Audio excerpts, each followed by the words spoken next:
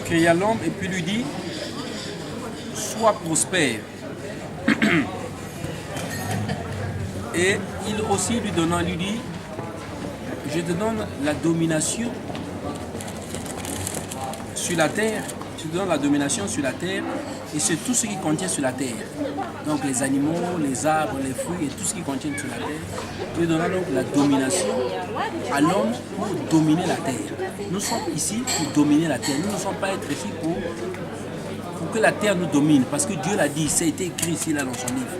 Et quand Dieu nous dit de dominer la terre, ça veut dire que nous avons le pouvoir de marcher sur le scorpion et sur l'aspic et toutes les forces de l'ennemi. Je dirais donc que l'ennemi n'a aucune force sur nous. L'ennemi ne pourra jamais nous dominer. C'est pourquoi sur ce programme, je veux inviter les francophones, plus particulièrement toutes les francophones de l'Afrique centrale. Je n'exclurai pas les francophones du Cameroun, ou je sais pas, je n'exclurai pas les francophones de la Côte d'Ivoire, du Sénégal et de tous ces pays. Ils sont inclus dans ce programme. Et j'invite donc dans ce programme tous les francophones. Pourquoi j'invite les francophones? Parce que ce programme est fait pour ceux de la langue française.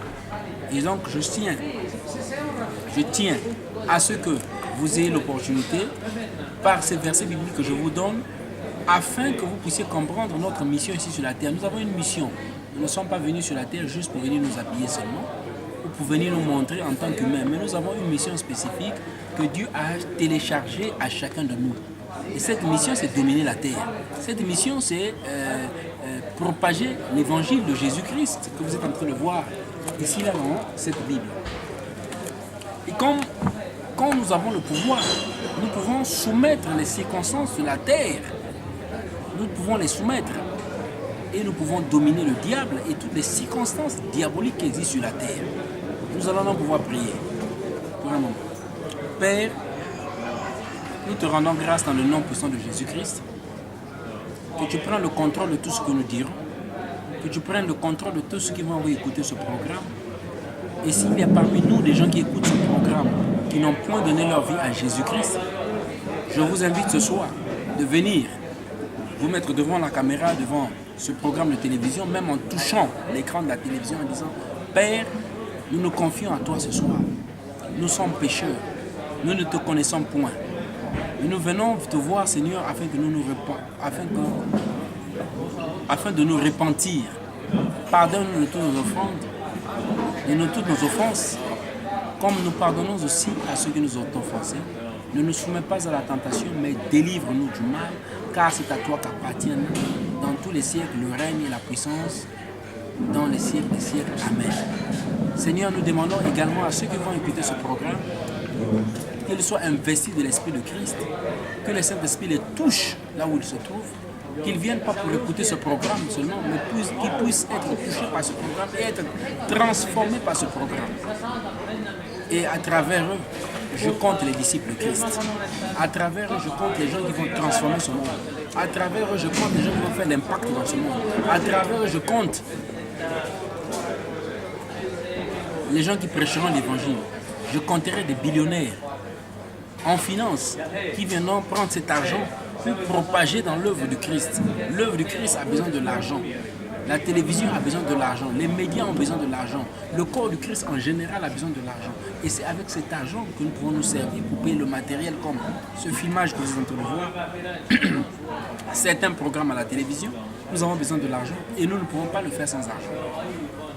Je suis sûr que vous m'avez compris, nous nous sommes compris sur ce point. Et vous n'aurez aucun doute à savoir les bénéfices et pourquoi il est nécessaire afin que nous investissions dans l'œuvre du Christ. Notre mission, c'est chercher tous les gens qui sont perdus dans le monde et les rapporter en Jésus-Christ afin qu'ils puissent se convertir. Amen.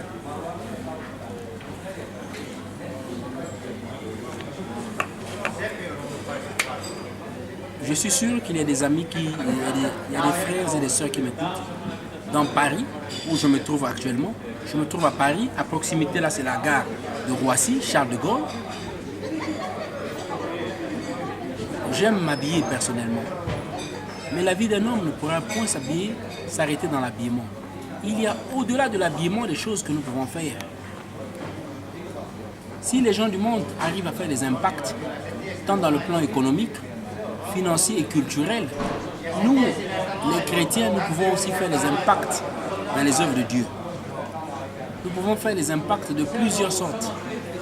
Dans les arts, nous pouvons faire des impacts. Dans la musique, nous pouvons faire des impacts. Nous pouvons faire des impacts dans les affaires. Nous pouvons faire les impacts dans l'économie. Nous pouvons faire les impacts dans le monde des médias. Donc il y a autant de choses que nous pouvons faire pour apporter quelque chose, un plus à l'œuvre du Christ. Je vous remercie de m'avoir écouté.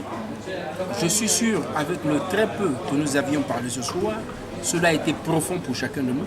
Et je vous donne l'opportunité de nous suivre dans le prochain programme qui se fera à Toronto, au Texas, à Toronto, au Canada, et le prochain qui se suivra donc au Texas, à Fort Worth, au Texas, là où se trouvent mes pères spirituels. Je vous embrasse. Merci.